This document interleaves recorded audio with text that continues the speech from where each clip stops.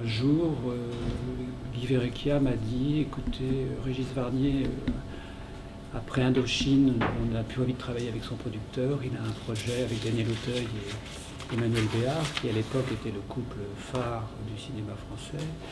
Est-ce que vous voulez le produire? J'étais un peu surpris parce que je croyais qu'on ne produisait pas en interne à UGC. Donc, oui, pourquoi pas. Donc j'ai commencé ma carrière de producteur de cette façon-là. Et puis après, un film en a appelé un autre, et puis de fil en aiguille, la maison a changé de politique, a au contraire arrêté d'avoir des partenariats avec les producteurs indépendants, il n'y en a plus, et au contraire décidé de développer une production en interne, d'abord avec moi, puis ensuite avec moi et Saïd Ben Saïd, et puis ensuite Saïd est parti, et la maison a fait venir 3 autres producteurs. Donc ils ont tout rassemblé au sein d'une seule société, qui est une filiale à 100% du GC, on l'a appelé les films du 24 avenue Charles de Gaulle. Voilà. De toute façon, moi j'ai fait l'ENA, c'était que je n'avais pas une vocation à être entrepreneur. Mon parcours m'a amené pas du tout là où si il y a 20 ans on m'avait dit tu serais producteur. C'est quoi? J'ai toujours aimé le cinéma. À l'ENA, j'ai fait le séminaire sur l'état du cinéma. Ok, mais de là à devenir producteur, là, je veux dire, le parcours est imprévisible.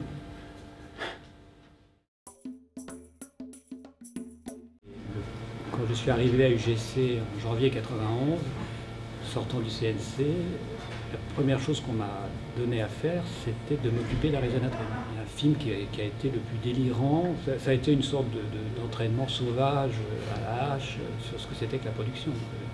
Un metteur en scène qui a quitté le plateau sans nous le dire, a disparu pendant une semaine, qui a réussi à convaincre les assurances qu'il avait une dépression et à convaincre les assurances qu'il fallait lui donner de l'argent en plus pour qu'il finisse son tournage, sinon il allait de nouveau retomber en dépression. Un film qui a dépassé par tous les pores de sa peau, avec un metteur en scène à la fin qui a eu la bêtise de ne pas vouloir aller à Cannes l'année où c'est Best Intention qui a eu la palme, alors que ce film-là était tellement meilleur. Pour moi, c'est un grand film dont je suis très fier et je trouve qui a été une histoire humaine sur le scénario. Au départ, c'était une histoire d'amour entre Johnny Depp et Faye Dunaway, et puis Mir a pris en grippe Faye Dunaway, donc il a réécrit en cours le scénario pour que ça devienne une histoire d'amour entre Johnny Depp et Lily Taylor. C'était vraiment très très rude. Bon, à l'arrivée, on a fait un film qui a dû coûter 16 millions, qui devait en coûter 8 au départ, quoi.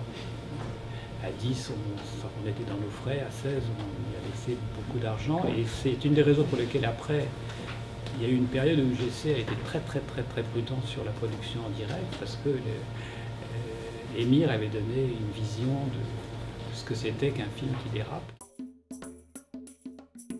La ligne éditoriale du UGC aujourd'hui, elle est affichée, elle est claire, elle est pour moi un peu contraignante, qui est comédie, comédie, comédie. Voilà. Donc moi j'essaye de ruser avec ça, trouver des comédies qui soient un peu moins comédies. Mais voilà. Le premier film, on en fait. Si, mais ça peut. Là, Christine Rouxel, là, elle produit un film d'une jeune metteur en scène qui a déjà fait un film avec genre à 100 000 €, quoi, un tout petit film. Donc là, elle fait vraiment son premier film. Mais parce que c'est une comédie romantique, qu'elle a pu monter un casting sympathique, voilà. Donc c'est certes une forme de premier film, mais ça s'inscrit dans une logique d'un cinéma de divertissement. Pas de film d'auteur très pointu et un peu sombre.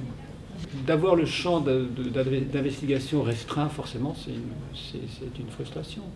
Après, c'est un autre challenge à l'intérieur de ce contexte-là d'y trouver matière à satisfaction. Quand j'ai lu ce bouquin, je sais que ça pouvait rentrer dans le cadre, parce que c'est une comédie sentimentale et qu'elle est mignonne, assez originale, donc ça m'excite assez. Donc ça me montre qu'on peut encore trouver, mais c'est vrai que j'ai plus de mal à fonctionner sur les jeunes du stand-up, des choses comme ça, parce que c'est vraiment pas ma culture, quoi. Ce qui est clair, c'est que, enfin moi qui suis dans la politique culturelle cinéma, culturelle française depuis 1978, que ce soit la droite ou de gauche, il n'y a jamais eu de débat sur le fait que le cinéma devait être protégé, devait être soutenu. Il n'y a jamais eu de remise en cause, de recul, que ce soit sur le plan juridique ou sur le plan financier.